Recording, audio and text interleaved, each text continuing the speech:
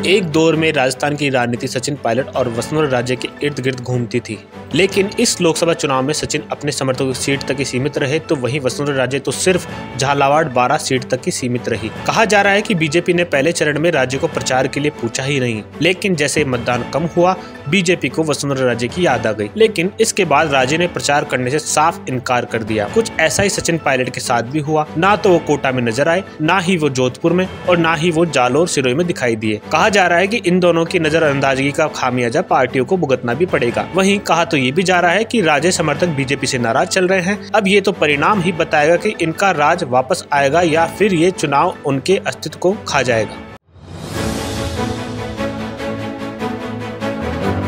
एक दौर में राजस्थान की राजनीति सचिन पायलट और वसुंधरा राजे के इर्द गिर्द घूमती थी, लेकिन इस लोकसभा चुनाव में सचिन अपने समर्थकों की सीट तक ही सीमित रहे, तो वहीं वसुंधरा राजे तो सिर्फ झालावाड़ 12 सीट तक ही सीमित रही। कहा जा रहा है कि बीजेपी ने पहले चरण में राज्य को प्रचार के लिए पूछा ही नहीं, लेकिन जैसे मतदान कम हुआ बीजेपी को वसुंधरा राजे की याद आ गई। लेकिन इसके बाद राजे ने प्रचार करने से साफ इनकार कर दिया। कुछ ऐसा ही सचिन पायलट के साथ भी हुआ। ना तो वो कोटा में नजर आए, ना ही वो जोधपुर में, और ना ही वो जालोर सिरोही में दिखाई दिए। कहा जा रहा है कि इन दोनों की नजरअंदाजगी का खामियाजा पार्टियों को भुगतना भी पड़ेगा। वहीं कहा तो ये भी जा रहा है कि राजे समर्थक बीजेपी से नाराज चल रहे हैं। अब ये तो परिणाम ही बताएगा कि इनका राज वापस आएगा या फिर ये चुनाव उनके अस्तित्व को खा जाएगा।